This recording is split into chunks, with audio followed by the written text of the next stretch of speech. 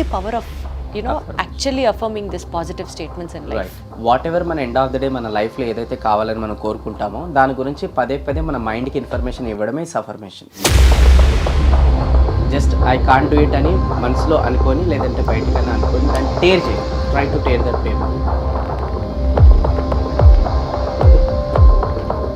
మీరు కళ్ళు మూసుకొని ఐ కెన్ డూ ఇట్ అని చెప్పి బయటికి అనుకుంటా అది టేర్ చేయండి. అసలు నమ్మబుద్ధి కావట్లేదు. ఇందాక ఎందుకు చిన్నగలేదు, ఇప్పుడు ఎలా చినిగింది?